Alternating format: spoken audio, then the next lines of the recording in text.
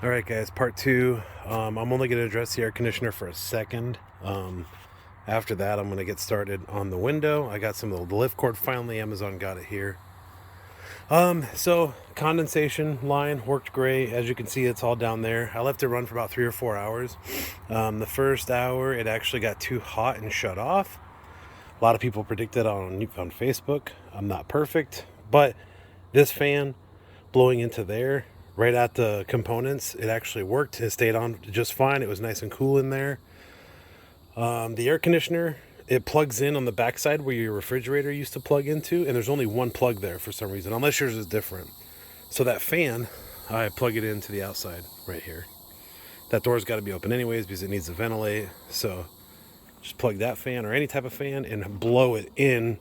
I tried to exhaust it, but it didn't work. So you got to blow into there, and then it works fine. Excuse me, it was nice and cold in there. I left it on for 3 or 4 hours. You can see it's nighttime, so a little bit different. The other thing I wanted to address, if you have a Wolf Pup trailer like ours, or this one, or any of them, and you haven't checked your frame bolts, you are making a sad mistake. I'll show you. So here's what my front frame bolt. This is the only one I'm missing. You can see there's actually 8 of them or 10 of them on the trailer. I can't remember how many, but they are horrible. And here's the rest of them. You can see I repaired it. I put a locking nut on the outside of the stock nut. For some reason, they did not put locking nuts on them, but you have to check them everywhere. These locking nuts are under here. There's one right here. There's one right up in here. Another one here. And one at the back. And all you gotta do is just reach under and you can feel them. They're right there. When I checked them the first time, I had 2 of the nuts left. This trailer was being held on by 2 nuts. I'm assuming, I know there's some other things that will hold on to it, but that's what it boils down to. If you have a Wolf Pup and you haven't done that, stop what you're doing and go do it. That's number 1. So now what I'm going to do is I'm going to be removing these 2 windows and I'm going to completely run new line in them. What happens is from opening it too much, they actually stress and they break. Here's the piece on the ground actually. I came out of my trailer to my trailer and I found this. And I grabbed the window and it popped right off. So I got this on Amazon. All you gotta do is put lift cord and then choose gray, and it's 2mm. It's the exact same stuff except for nicer. And I'm gonna be taking this all apart. Sorry, I walked real hard out here.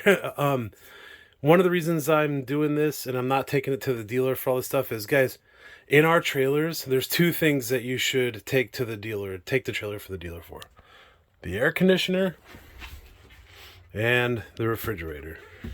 Now, if it's past warranty, figure it out on your own. Everything else is fixable, guys. I have literally seen on this group where people drop their trailer off or complain about something that would take 5 minutes, maybe a couple hours to fix. Just fix it. If you have a question on how to fix it, you can hit any of us up on this page. There's so many people that have such good ideas. And maybe mine are wrong, maybe mine are right, but my stuff works, and I fix my own stuff all the time. One thing I will say is these manufacturers who make these trailers, these things go down the road 70 miles an hour. If you're going to complain about something breaking, then don't drive anywhere with it, you know? These things are all delicate, you know? Everybody knows we got these delicate sinks. It's got to be light so that I can go down the road, you know, safely. So anyways, don't take your trailer to the dealership for something stupid. Actually, what was it? Oh, look.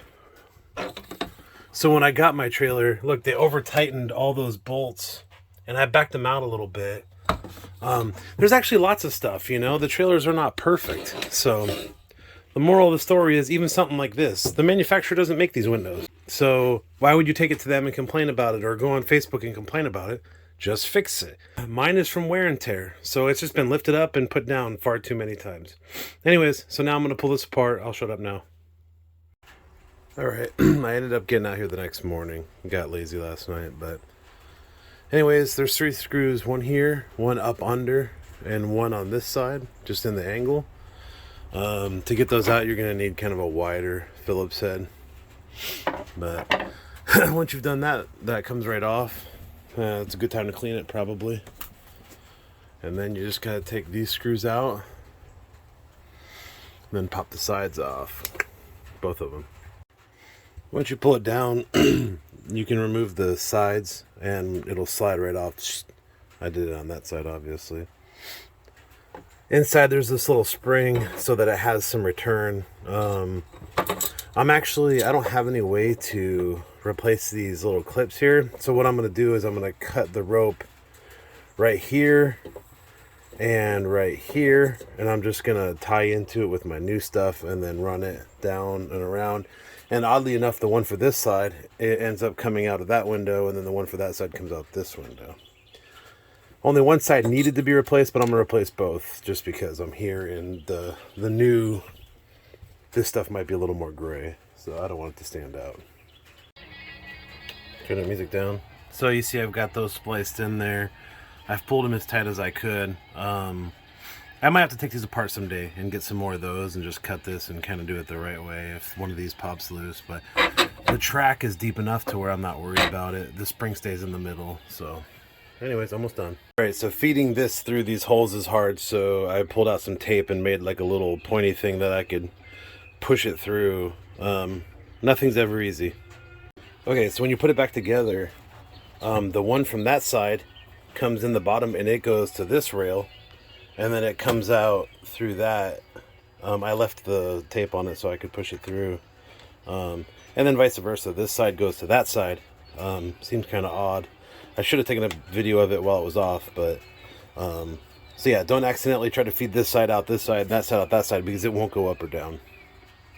And once you've hung it back up, then you got to kind of back these out here, and you want to go back from the top down to the bottom, and then that's where you're going to tie your knot. And then, but first I got to put it all together so I can adjust it, make sure it pulls up and down good.